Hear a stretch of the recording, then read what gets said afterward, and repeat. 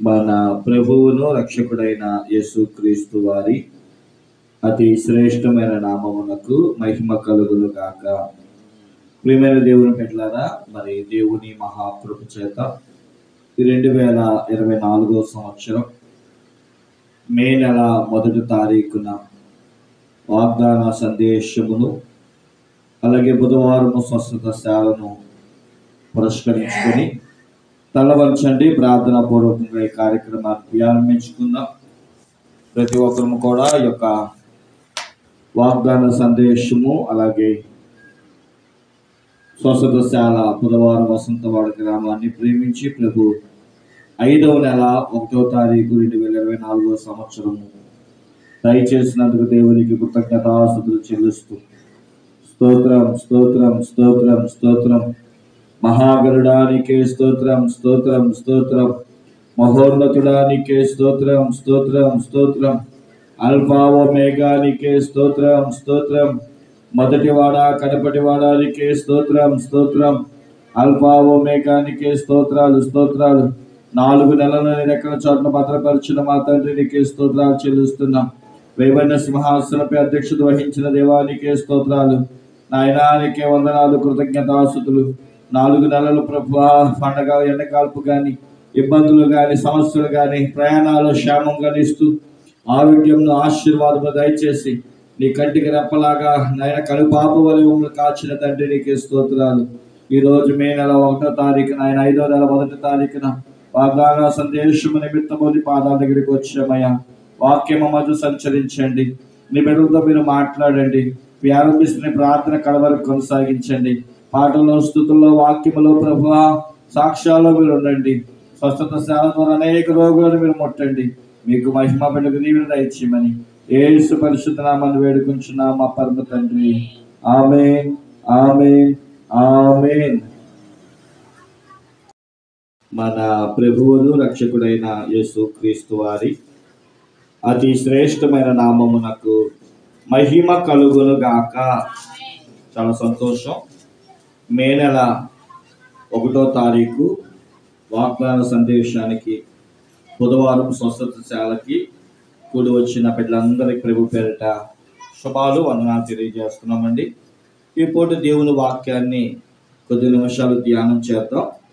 ప్రకటన గ్రంథము 2వ అధ్యాయము 26, 27 వచనాలు కలిపి ఉంటుంది. ప్రకటన గ్రంథము 2వ అధ్యాయము 26, 27 వచనాలు కలిపి ఉంటున్నాయి. నేను చదువుతున్నాను, జాగ్రత్తగా వినండి. నేను నా తండ్రి వలన అధికారము పొందినట్లు జయించుచు అంతము వరకు నా క్రియలు జాగ్రత్తగా చేయువానికి జనుల మీద అధికారము ఇచ్చెదను. అతడు ఇనుప దండముతో వారిని ఏలును. వారు కుమ్మరి వాని పాత్రల వలె పగలకొట్టబడుదురు. చాలండి. చదవబడిన వాక్యాన్ని మనం పరిశీలించిన వారమైతే ప్రియులారా, ప్రకటన గ్రంథము బైబిల్ గ్రంథంలోనే 66 పుస్తకాలు ఉన్నాయి. ఈ 66 పుస్తకాల్లో 2 పుస్తకాలు చాలా విశేషమైనవి. అందులో ఒకటి పాత నిబంధనలో పరమగీతాలు అయితే, క్రొత్త నిబంధనలో ప్రకటన గ్రంథం. ఈ ప్రకటన గ్రంథంలో ఉన్న గొప్ప ఆంతర్యం ఏంటి అంటే, ప్రకటన గ్రంథం అనేది జరగబోతున్న పుస్తకం. చెప్పండి, ఏ పుస్తకం అంట? భవిష్యత్ పుస్తకం అంటారు. చూడండి, న్యూస్ పేపర్ మన ఇంటికి వస్తుంది. నిన్న ఏం జరిగిందో దాన్నే రాస్తారు, కానీ రేపు ఏం జరగబోతుందో మట్టికి ముందే రాయలేరు. ఇప్పుడు మన ప్రాంతానికి ఎమ్మెల్యే గారు వస్తున్నారని తెలుస్తుంది.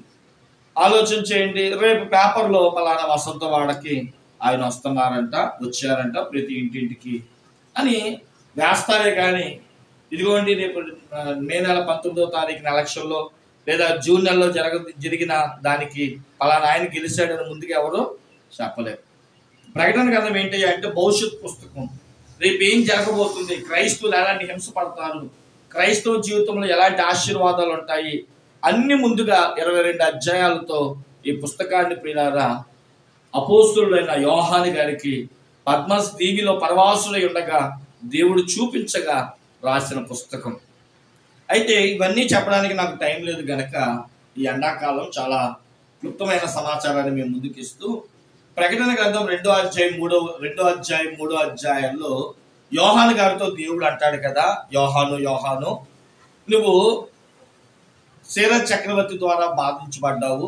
ఎలాగా అంటే, ఏమంటే యేసుక్రీస్తుని ప్రకటించకూడదు అని చెబితే ఈయన వినలేదంట, ప్రకటించాడు. అయితే దానికి శిక్షగా సలసలా కాగుతున్న నూనెలో వేయమంటే వేసినా ఈయనకేం అవలేదంట.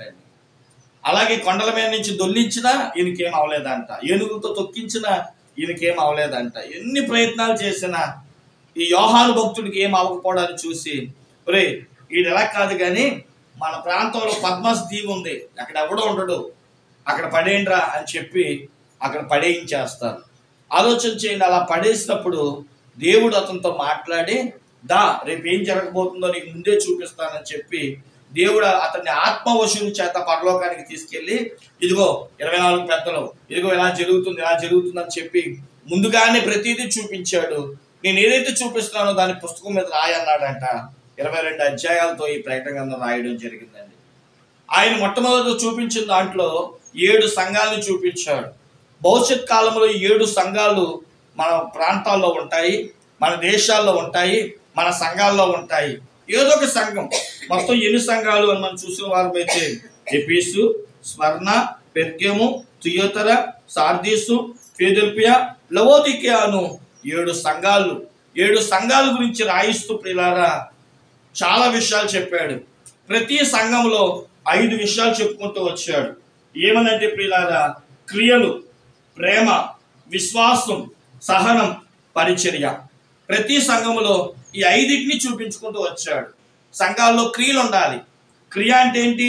యాకోబు రాసిన పత్రిక 1:27లో దరిద్రులకు వస్త్రాలు ఇవ్వడం, అలాగే ఆకలైన వారికి అన్నం పెట్టడం, అలాగే ప్రియులారా దేవునికి కానుక ఇవ్వడం, సేవకులను ఆదరించడం వంటి క్రియలు సంఘాల్లో జరగాలి.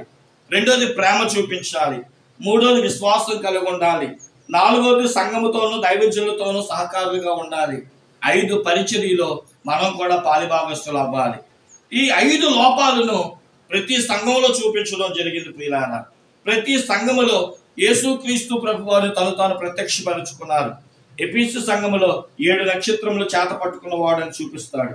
స్మరణ సంఘములో మొదటి వాడును చివరి వాడును అంటాడు. పెర్గము సంఘములో యేసుక్రీస్తు వాడి అయిన ఖడ్గమును చూపించుకుంటాడు. థియోతర సంఘములో అగ్నిజ్వాల వంటి కనులు, అపరంజి వంటి పాదాలను చూపించుకుంటాడు.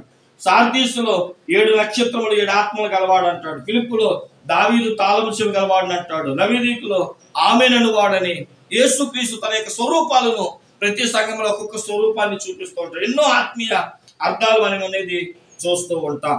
అయితే ప్రియులారా, ఈరోజు మనము థియోతర అనే సంఘములో జరిగే ఒక విషయాన్ని మనం వాగ్దానంగా చదువుకున్నాం. ఆలోచన చేయండి ప్రియులారా, ఈ థియోతర సంఘములో ఒక ఆవిడ ఉందంట. ఆవిడ పేరు యెజబెలు. ఈ యెజబెలు సంఘములో ఉందంటండి. ఈమె చేసే పని ఏంటో తెలుసా? పరిచర్య చేస్తూ, ఏమీ కాదు, మీరు పాపం చేయొచ్చు, మీరు త్రాగచ్చు, మీరు తిరగచ్చు అంటూ క్రైస్తవులు కూడా లోక వైపు తిప్పేస్తుందంట. లోకంతో సహవాసం చేయొచ్చు, వ్యభిచారం చేయొచ్చు, పాపం చేయొచ్చు అంటూ దేవుడి యొక్క వాక్యాన్ని కలిపి చెరిపిన బోధ చేస్తూ ఉంటే దేవుడు హెచ్చరిస్తూ నిన్ను మంచానికి పట్టిస్తాను అని చెబుతూ ఆ వెనకాలన్న ఆ గుంపు వారితో సైతం కూడా తీర్పు అనేది తీరుస్తాను అన్నాడు. అలా చెబుతూ 2 విషయాలు చెప్తున్నాడు. ఒకటి, పాపము చేసిన వాడు దాంతోపాటు శిక్ష అనుభవిస్తాడు. లేదయ్యా, అయ్యగారు చెప్పినట్లుగా మేము యథార్థంగా నడుచుకుంటాం, అయ్యగారు చెప్పినట్లుగా మేము జయిస్తాము అని జయ గుంపులో ఉన్న వారికి ఇదిగో ఈరోజు మన వాగ్దానం ఏదైతే ఉందో దాని గురించి చెప్తున్నాడండి. మనం చదువుకున్న ప్రకటన గ్రంథం 2 అధ్యాయం 26, 27 వచనాల్లో ఉన్న విషయాలు మనం గమనిస్తే 4 విషయాలు అక్కడ రాయడం జరిగింది. మొట్టమొదటిది ఏంటయ్యా అంటే తండ్రి వలన అధికారము. చెప్పండి ఏంటంట? ఇదిగో మీరు కనుక జయించేవారుగా మారితే, పాపాన్ని జయించాలి, లోకాన్ని జయించాలి, త్రాగుని జయించాలి, వ్యసనాలను జయించాలి, వ్యభిచారాన్ని జయించాలి, పాపాన్ని జయించాలి. ఒక మాటలో చెప్పాలంటే అన్నిటి మీద జయము ఉండాలి. చెప్పండి, ఏమి ఉండాలంట? అక్కడ ఏదో జరుగుతుంది, మనకెందుకు అవన్నీ మనం పట్టించుకోకూడదు. పట్టించుకున్నామా అంటే బురదలో రాయేసినట్టే. రాయేస్తే ఏమైంది? మన మీద పడిద్ది. రాయేయాల్సిన పని ఏముంది? అది కొన్ని ఆటలు మనం పట్టించుకోకూడదు. అందుకని జయించేవాడికి ఇచ్చే దీవెనలు ఏంటో ఇక్కడ రాశాడండి. అందులో మొట్టమొదటి దీవెన ఏంటో తెలుసా? తండ్రి వలన అధికారము. చెప్పండి ఏంటంట? తండ్రి వలన అధికారం. రెండవది జనుల మీద అధికారము. చెప్పండి ఎవరి మీద అంటండి? ఇప్పుడు ఎమ్మెల్యే గారు గెలిచారు అనుకోండి, ఎవరి మీద అధికారం? మనందరినీ ఏలుతారు రేపు 5 సంవత్సరాలు. ఒక అధికారం చూసా, జయించాడు కాబట్టి, ఎన్నికల్లో గెలిచాడు కాబట్టి ఏమొచ్చింది? అధికారం వచ్చింది అంటారు. మనం కూడా జయిస్తేనంట జనాల మీద అధికారం కాబట్టి దేవుడు మనం మారుస్తాడంట. మూడోది మనం చూసిన వారమైతే జయించే వారికి ఇచ్చే అధికారాలు.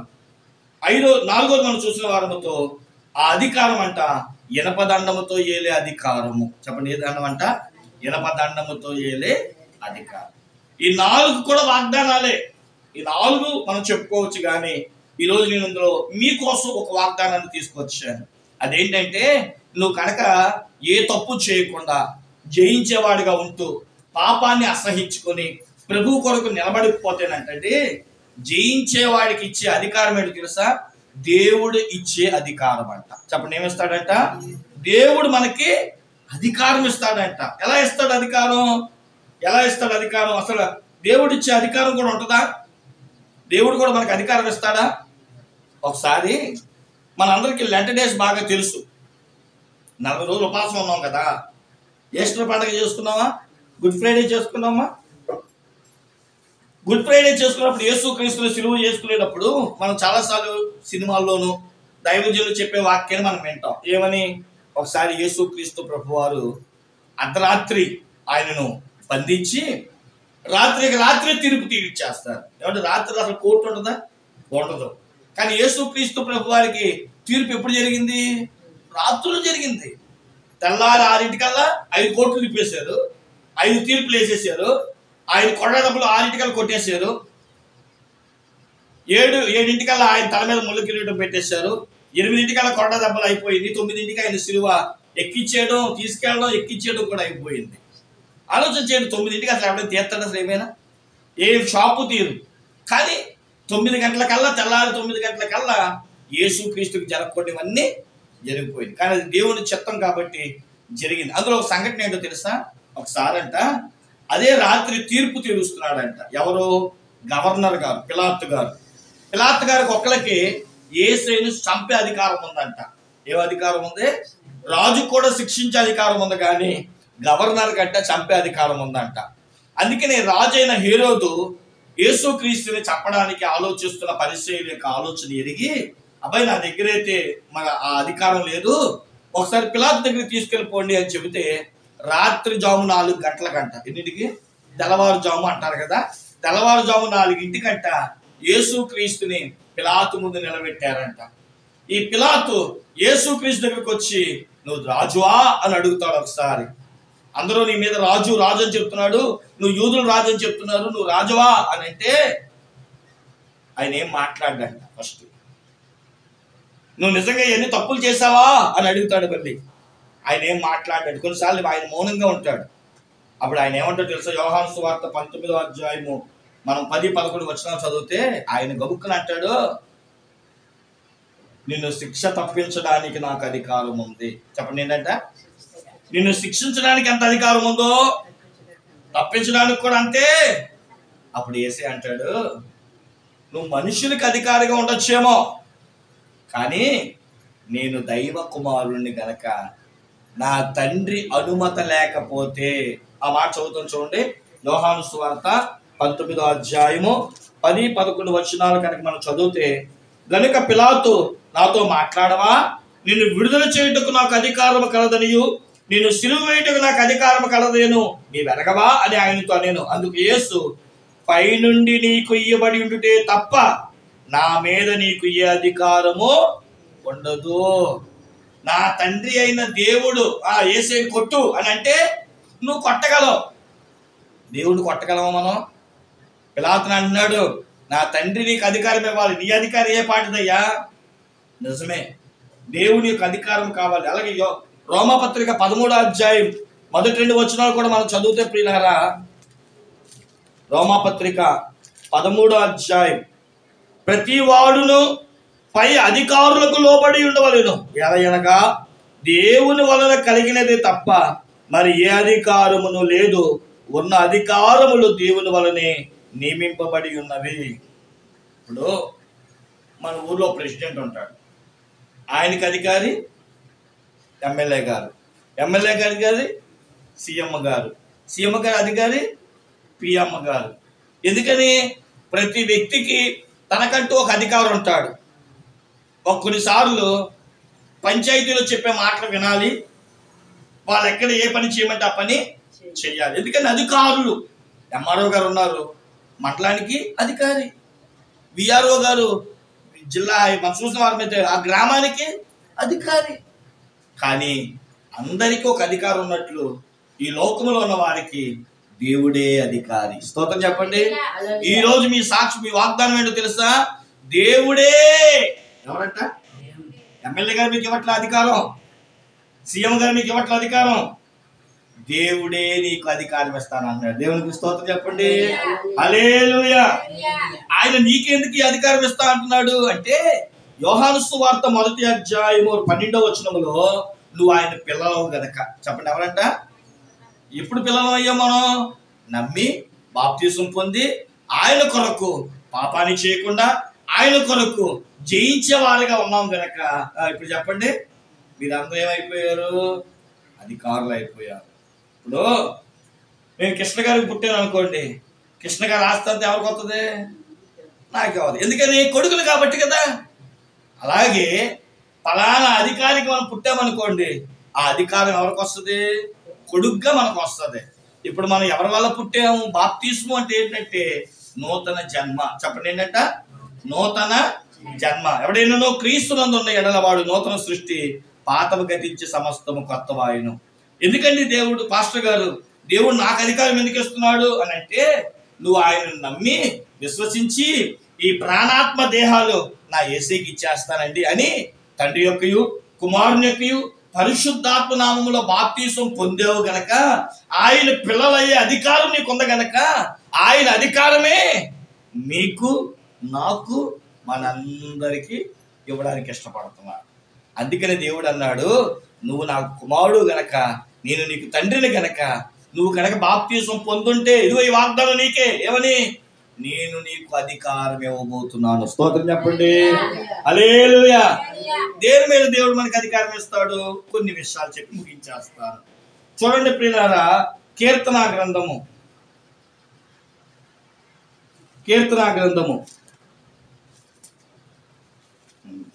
మొట్టమొదటిగా చదువుతాం. యెషయా గ్రంథము 22వ అధ్యాయం 22వ వచనం. యెషయా గ్రంథము 22వ అధ్యాయము 22వ వచనం. ఇది బాగుంటది, అందుకనే ఇది తీశాను. నేను దావీదు ఇంటి తాలపు అధికార భారమును అతని భుజముల మీద ఉంచెదను. చెప్పండి, ఇప్పుడు ఏమిస్తాడంటే మొట్టమొదటిగా, ఇప్పుడు నేను మీ పిల్లోడిని, మీరు తాళం వేసుకొని బయటకు వచ్చేసారు. నేను మీ ఇంటికి రావడం గమనించి ఏం చేస్తారు? ముందు రే ఈ తాళాలు తీసుకొని వెళ్ళి ఆ పొయ్యి మీద అంత అన్నం వండాను కానీ అన్నం పెట్టుకొని కూర వేసుకొని తినరా అంటావా లేదా? నీకెందుకు ఇవ్వాలరా తాళం అంటావా? కొడుకు కాబట్టి ఏం చేస్తాం చెప్పండి? తాళాలు ఇచ్చి ఇల్లు ఇచ్చి జాగ్రత్తగా చూసుకోయే, అల్లరి చేయకే, కావాలంటే తినే, ఏమైనా టీవీ చూస్తే చూడే, ఏమైనా పడుకుంటే కాసేపు పడుకోయే అని ఇంటి తాళాలన్నీ ఎవరికి ఇస్తాం? కొడుక్కి. ఆయన నీకు తండ్రి కనుక ఆయన ఇంటి తాళాలు నీకు ఇచ్చాడంట. స్తోత్రం చెప్పండి. హల్లెలూయా. ఇదే మాట మత్తయి సువార్త 16వ అధ్యాయం 18-19 వచనాలు మనం చదివితే, మత్తయి సువార్త 16వ అధ్యాయము 18-19 వచనాలు మనం చూసిన వారమైతే అక్కడ రాస్తూ ఇలా అంటున్నాడు, ప్రియులారా, మరియు నీవు పేతురుడు, ఈ బండ మీద నా సంగమును కట్టెదను, పాతాళ లోకపు ద్వారమును దాని ఎదుట నిలవనేరవు. నేను మీతో చెబుచున్నాను, పరలోక రాజ్యం యొక్క తాళపు చెవులు నీకు ఇచ్చెదను. నీవు భూలోకమందు దేన్ని బంధించదువో అది పరలోకమందును బంధింపబడును, భూలోకమందు దేన్ని విప్పెదవో అది పరలోకమందును విప్పబడును. తాళాలు ఎందుకు ఇచ్చాడంట? తలుపు వేయడానికి తలుపు వేయడానికి తీయడానికేగా తాళం, అంతేగా. మరి నువ్వు ఏ తలుపు వేస్తున్నావు? ఏ తలుపు వేస్తున్నావు? చూడండి, దేవుడి భూమి మీద మనకు ఒక అధికారం ఇచ్చాడు, మనకు ఒక తాళం ఇచ్చాడంట. ఏంటి ఆ తాళం అంటే, ఉదాహరణకి ఎవరైనా సరే దెయ్యం పట్టింది అనుకున్న ఒకసేపు ఇక్కడ తీసుకొచ్చి, అయ్యగారు మా పాపకు దెయ్యం పట్టిందండి, కొంచెం వదిలించండి బాబు అందనుకోండి. వదిలించొద్దా? ఎప్పుడు వదిలించగలం?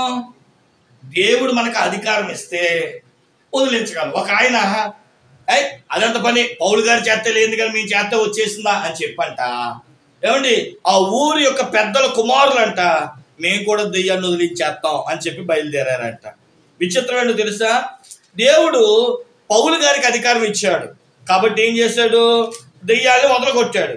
మరి ఈయనకి చెప్పాడు దేవుడు, ఆ దెయ్యాలు అంటాయంట ఆ పిల్లలు మొత్తం వచ్చి ఆయన మీద చేతుల నుంచి ప్రార్థన చేస్తూ ఉంటే ఆ లెక్క చూసి అంటదంట, ఒరే బాబు, నాకు పౌలు పాస్టర్ గారు తెలుసు, ఏసే తెలుసు, మధ్యలో మీద ఎవడరా?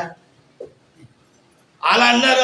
మాకు కూడా అధికారం ఉంది, నీకు ఎవడిచ్చిన అధికారం అని చెప్పంట. చూడండి, నా మాట చదువుతాను. అపోస్తుల కార్యం 19వ అధ్యాయంలో, అపోస్తుల కార్యము 19వ అధ్యాయము 14వ వచనం కాడి నుంచి, యోధుడైన శయమాను అని ఒక ప్రధాన యాజకునికి 7 కొడుకులు ఉన్నారు. కుమారులు 7 అలాగూ చేయుచుండేది. అందుకు ఆ దెయ్యము, నేను యేసును గుర్తెరుగుదును, పౌలును కూడా గుర్తెరుగుదును కానీ మీరెవరని అడగగా ఆ దెయ్యం పట్టిన వాడు ఎగిరి వారి మీద పడి వారిలో 2 లొంగదీసి గెలిచెను. అందుచేత వారు దిగంబరులై గాయములు తగిలి ఆ ఇంటి నుండి పారిపోయేది. ఏమివ్వలేదంటే దేవుడు వాళ్ళకి అధికారం ఇవ్వలా. ఆయన ఏం చేస్తున్నారు? మేము వదిలిచ్చేస్తాం అని చెప్పి 7 బయలుదేరారంట. బయలుదేరిన వాళ్ళు వీళ్ళు ఆ దెయ్యాన్ని పట్టుకొని 7 చుట్టూ నిలబడి వాళ్ళు అనుకుంటున్నారు అదొకటి మేము 7 అనుకుంటున్నారు. దెయ్యానికి ఒకళ్ళైతే ఏంటి, 7 అయితే ఏంటి? అది అందంట, అరే బాబు, ఏనాడు మిమ్మల్ని ప్రార్థనలో చూడలేదు, ఏనాడు మిమ్మల్ని గుళ్ళో చూడలేదు, ఇప్పుడు వచ్చేసి ఏం వదిలిచ్చేస్తారంట? దెయ్యాన్ని వదిలిచ్చేస్తారా అని చెప్పంట 7లో 2 పట్టుకొని వాళ్ళ బట్టలు తీసి వాళ్ళని గీరేసి గిల్లేసి గిచ్చేసి తరిమి కొట్టిందట. దేవుడికి స్తోత్రం చెప్పండి. యేసుక్రీస్తు ప్రభు వారు కూడా ఇదిగో మీకు అధికారం ఇస్తున్నాను అన్నాడు. దేని మీద అని అంటే ప్రియులారా, ఈ భూమి మీద నజరేయుడైన యేసు నామము. చెప్పండి, ఏ నామం అంట? ఇప్పుడు ఒక సేవకుడైనా ఒక క్రైస్తవుడైనా దెయ్యాలను ఎలా వదిలేస్తున్నావో తెలుసా? మత్తయి సువార్త 18:18 దేవుడు మాట చెప్పాడు, మీరు భూలోకములో వేటిని బంధిస్తారో అంటే అర్థం ఏంటి? ఇప్పుడు ఇక్కడ ఎవరైనా దెయ్యం పట్టిన వాళ్ళు వచ్చినప్పుడు, యేసయ్యా నా శక్తి చాలదయ్యా, నా యుక్తి చాలదయ్యా, నా బలం చాలదయ్యా, అందుకని యేసు నామమున మేము దీన్ని బంధిస్తున్నాం. ఏంటంట? యేసు నామమున దీన్ని బంధిస్తున్నాము, మీరు పరలోకంలో బంధించండి అని అంటే దెయ్యాన్ని అంట అక్కడ బంధిస్తేనంట ఇక్కడ అది బందీ అవుతాడు. ఇంకొంతమందికి అయ్యా దెయ్యం దీనిలో ఉంటే ఏం ఉపయోగం, దీని నుండి పొమ్మను అని చెప్పి యేసు నామమున దెయ్యమా పో అన్నాం అనుకోండి, దేవుడు అక్కడ ఏమంటాడంట? నా కొడుకు చెప్పాడుగా ఎల్లో అంటాడంట. ఇక్కడ ఉన్న దెయ్యం ఏమైంది చెప్పండి? పారిపోద్దంట. నేను అంటాను, దేవుడు సంఘములో ఉన్న ప్రతి విశ్వాసికి సేవకుడికి ఒక గొప్ప వరం ఇచ్చాడంటే అధికారం. ఏంటో తెలుసా? ఈ లోకములో ఏ శక్తి నీ ముందు నిలబడదు. స్తోత్రం చెప్పండి ఒకసారి. కానీ మనం ఏం చేస్తున్నాం అంటే దాన్ని నమ్మట్లా. నమ్ముతున్నావా? యేసుక్రీస్తు ప్రభువారంట ఒక పర్యాయము ఆయన మాటల్లో చెప్పాడు. మత్తయి సువార్త మనం చూసిన వారమైతే ప్రియులారా, ఆయన అక్కడ ఇచ్చిన అధికారం ఏంటంటే కొండెళ్ళి సముద్రంలో పడమంటే ఏమైందంట? పడిపోద్ది అని మత్తయి సువార్త 21వ అధ్యాయం 21వ వచనంలో చెప్పాడు. మీరు దేవుడి మీద విశ్వాసం ఉంచి కొండెళ్ళి సముద్రంలో పడు అని అంటే పడిద్దంట. ఒకసారి ఈ వాక్యం ఓ పాస్టర్ గారు చెప్పారంటండి. ఏమని? ఓ సంఘబిడ్డలారా, మీకు ఏదైనా సమస్యలు ఉన్నాయా, మీకు ఏమైనా ఇబ్బందులు ఉన్నాయా, మీరు ప్రార్థన చేయండి, దేవుడిని నమ్మండి, దేవుడు మీకు అధికారం ఇచ్చాడు అని అయ్యగారు దానికి ఉదాహరణగా కొండెల్లి సముద్రంలో పడమంటే పడిద్ది అని చెప్పారంట. అందులో ఒక ఆవిడ ఉందంట విశ్వాసి. ఆవిడ ఏం చేసిందంట, అయ్యో మొన్న జగన్ గారు ఇవ్వడం నాకు ఇల్లు ఒక కొండ మీద ఇచ్చాడు. ఎక్కడ ఇచ్చాడంట, అందరికి ఇల్లు ఇస్తూ ఉన్నప్పుడంట ఇవిడికి ఒక బండ పెద్ద బండ అడ్డు వచ్చిందంట. అమ్మ దీన్ని నువ్వే తీసుకొని ఇల్లు వేసుకోమ్మా అన్నారంట. చెప్పండి ఏమన్నారు, ఆ బండనే నువ్వే తీసుకొని ఇల్లు వేసుకో అమ్మా అన్నారంట. ఆ కొండని తీయడానికి 2 లక్షలు అవుతాయంట. చెప్పండి ఎంత అవుతుంది, 2 లక్షలు అయిద్దంట. ఏమిడంటుంది, ఇచ్చేళ్ళే మాయిదారి ఇల్లంతా పూర్తి చేస్తే 10 లక్షలు అయిపోతుందని మేము బాధపడుతుంటే ఈ కొండకే 2 లక్షలు ఆవిడ ఖర్చు పెడతాడు అని చెప్పి అయ్యగారు చెప్పిన వాక్యం గుర్తొచ్చిందంట. ఏమని, నువ్వు ప్రార్థన చేయి, కొండలు ఎక్కడ పడింది. అయ్యగారి దగ్గరికి వచ్చి, అయ్యగారు నేను ఈరోజు రాత్రి అంతా ప్రార్థన చేస్తానండి, కొండ వెళ్ళిద్దో లేదో చూస్తానండి అని చెప్పంట. ఆవిడ ఆ స్థలం దగ్గరికి వెళ్ళి ఆ రాత్రి ప్రార్థన చేస్తుందంట. ప్రార్థన చేస్తుంది, కళ్ళు తెరిచి వస్తుంది. ప్రార్థన చేస్తుంది, ఎందుకని, కొండలు పడిందా లేదా అని ఆలోచన చేయలేరా. కాబట్టి దేవుని బిడ్డలారా, అయితే తెల్లవారేటప్పటికల్లా ఆవిడ చూసందంట, నేను ముందే అనుకున్నా ఏమని, కొండక్కడి నుంచి కదలదని. ఈలోపు 6 అవుతుందంట. అధికారులు వచ్చారంట. అధికారులు వచ్చి, అమ్మా ఇక్కడ రోడ్డు వేద్దాం అనుకుంటున్నాం, రోడ్డు వేస్తాకి కంకర కావాలి, ఇదిగో మేము తెచ్చిన బళ్ళు కంకర ఇక్కడ దాకా సరిపోయింది, ఇంకొక కిలోమీటర్ కంకర కావాలి, దీనికోసం ఇంకెక్కడ బండలు దొరకట్లేదు, మీ బండిస్తావా, 2 లక్షలు తిరిగేస్తామన్నారంట. చెప్పండి, మీ కొండ మేము బద్దలు కొట్టుకుంటాం, మాకు రోడ్డు వేయడానికి కంకర కావాలి, ఊర్లో కంకర అయిపోయింది, మీ బండలు బద్దలు కొట్టుకొని ఆ రాళ్ళతో రోడ్డు వేస్తామమ్మా, తిరిగి నీకే 2 లక్షలు ఇస్తామమ్మా అన్నారంట. స్తోత్రం చెప్పండి. చూసారా, నమ్మి విశ్వసించింది కాబట్టి ఏం జరిగిందంట, 2 లక్షలు వచ్చినాయి, అక్కడి నుంచి కొండ వెళ్ళిపోయింది. ప్రియమైన దేవుని బిడ్డలారా, ఎందుకు ఈ మాట చెప్తున్నానంటే, దేవుడు మనకు ఒక అధికారం ఇచ్చాడండి. అదేంటంటే దావీదు తాళపు చెవులు మనకిచ్చాడు. దేవుడు ఇంటి తాళపు చెవులు మనకిచ్చాడు. ఆ తాళపు చెవులతో దేన్నైనా ముయ్యొచ్చు, ఆ తాళపు చెవులతో దేన్నైనా తీసే గొప్ప అధికారాన్ని దేవుడు మనకిచ్చాడు. గొప్ప అధికారాన్ని దేవుడు మనకిచ్చాడు. దేవునికి మహిమ కలుగును గాక. కాబట్టి నమ్మండి, విశ్వసించండి, ఆ అధికారాన్ని మనము చూస్తాం. మొట్టమొదటిగా తండ్రి ఇచ్చిన అధికారం ఏంటో తెలుసా, ఆయన పరిచర్యలో, ఆయన యొక్క పరిచర్యలో కావాల్సిన ప్రతి విధమైన సహాయానికి ఆయన ఇంటి తాళపు చెవులు అనగా ఆయన వాక్యాన్ని మన నోట్లో పెట్టాడు. నిజంగా నమ్మి విశ్వసించగలిగి, దేవుడా నాకు ఈ పంచే, ఎందుకు ఒకసారి యెహోషువ ప్రార్థన చేయలేదా, సూర్యుడాలు ఆగిపో, చంద్రుడాలు ఆగిపో అంటే ఆ మాట విని దేవుడు ఆగిపోయాడంట. సూర్యుడు ఆగిపోయాడు, చంద్రుడు ఆగిపోయాడు. మనం నమ్మాలి, విశ్వసించాలి. ఎందుకంటే దేవుడు మన నోట్లో ఏమి ఉంచాడు, ఆయన వాక్యాన్ని ఉంచాడు. అదే అధికారాన్ని దేవుడు మనకి ఇచ్చాడు. రెండోది మనం చూద్దాం ప్రియులారా. రెండో అధికారం ఏంటి అనంటే, కీర్తనా గ్రంథము 8వ అధ్యాయము 6వ వచనం. కీర్తనా గ్రంథం 8వ అధ్యాయము 6వ వచనాన్ని త్వరగా చదువుకుందాం. నీ చేతి పనుల మీద వానికి అధికారం ఇచ్చి ఉన్నావు. ఏమి ఇచ్చాడంట, దేని మీద ఇచ్చాడంట అధికారం? నా వైపు చూడండి, చదువు చెప్తాను. దేని మీద ఇచ్చాడంట? చేతి పనుల మీద. కొన్నిసార్లు ప్రియులారా ఆలోచన చేయండి, మనం ఎన్ని పనులు చేసినా సరిగ్గా రాదు. ఎన్ని పనులు మొదలెట్టినా, చాలా మంది అంటూ ఉంటారు నా దగ్గరికి వచ్చి, పాస్టర్ గారు ఈ వ్యాపారం మొదలు పెట్టామండి, ఏం లేదు, అభివృద్ధి లేదయ్యా. వ్యాపారం మొదలు పెట్టామండి, ఎటువంటి ఎదుగుదల లేదయ్యా. మన దేవుడు ఎవరో తెలుసా అండి? హెబ్రీ పత్రిక 12వ అధ్యాయం 1-2 వచనాలు అంటాడు, విశ్వాసములకు కర్తయు వాటిని కొనసాగించే దేవుడు. చెప్పండి, ఏంటంటే ఆపేసే దేవుడు అయితే కాదంట. కొంతమంది పనులు మొదలు పెడతారు, షాపు ఓపెనింగ్ చేస్తారు, 1 నెల 2 నెలలు 3 నెలలు చూసి, ఇక్కడ నాకు కలిసి రావట్లేదు, షాప్ మూసేస్తా. కానీ దేవుడు ఈరోజు మనకు వాగ్దానం ఇస్తున్నాడంట. 119వ కీర్తన 73వ వచనంలోను మనం చూస్తే ప్రియులారా, యెషయా గ్రంథం 63వ అధ్యాయం 13-14 వచనములోను దేవుడు అంటే మన చేతుల విషయంలో అన్ని విషయాల్లో సహాయం చేసి మనకి అధికారం ఇస్తారని చెప్తున్నాడు. యెషయా కూడా 5వ అధ్యాయం 8వ వచనములో నీ చేతి పనులన్నింటిలో నువ్వు వృద్ధిని చూస్తావు అని భక్తుడు చెప్తున్నాడు ప్రియులారా. నిర్గమకాండం 4వ అధ్యాయం 2వ వచనములో మోషే చేతిలో ఉన్న కర్ర ద్వారా దేవుడు పామును చేశాడు, ఆ కర్ర ద్వారా ఇశ్రాయేలు సర్వ సమాజాన్ని నడిపించాడు. అంటే నీ చేతిలో ఏదుందో దాన్ని దేవుడు దీవించబోతున్నాడు. నీ చేతి పనులన్నిటి ద్వారా దేవుడిని అత్యధికంగా ఆశీర్వదించబోతున్నాడు. దేవునికి మహిమ కలుగును గాక.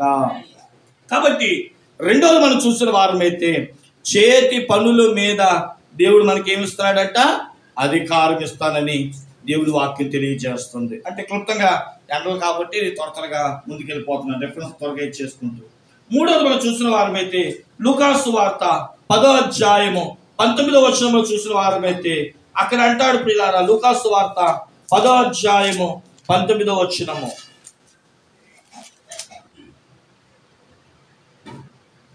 ఇదిగో పాములను తేళ్లను తొక్కుటకు శత్రు బలవంతుడి మీద మీకు అధికారం ఇచ్చి ఉన్నాను. దేని మీద అధికారం ఇచ్చాడంటే శత్రువుల మీద అధికారం ఇచ్చాడంట. శత్రువుల మీద దేవుడు మనకు ఒక అధికారం ఇచ్చాడు. ఎందుకు అని అంటే ప్రియులారా, ప్రతి దాని రోమాపత్రిక 16వ అధ్యాయం 20వ వచనములో మనం మోకరిస్తే మన మోకాల కింద ఉన్న ప్రతి శత్రువు ఏమైపోతాడట? లయమైపోతాడట. దేవుడు మన శత్రువుల మీద మనకు అధికారం ఇచ్చును గాక. ఆలోచన చేయండి ప్రియులారా, మొదటి రాజుల గ్రంథం 5వ అధ్యాయం 3వ వచనంలో మనం చూస్తే మన పాదముల కింద దేవుడు శత్రువులను అణిచివేస్తానంటాడు.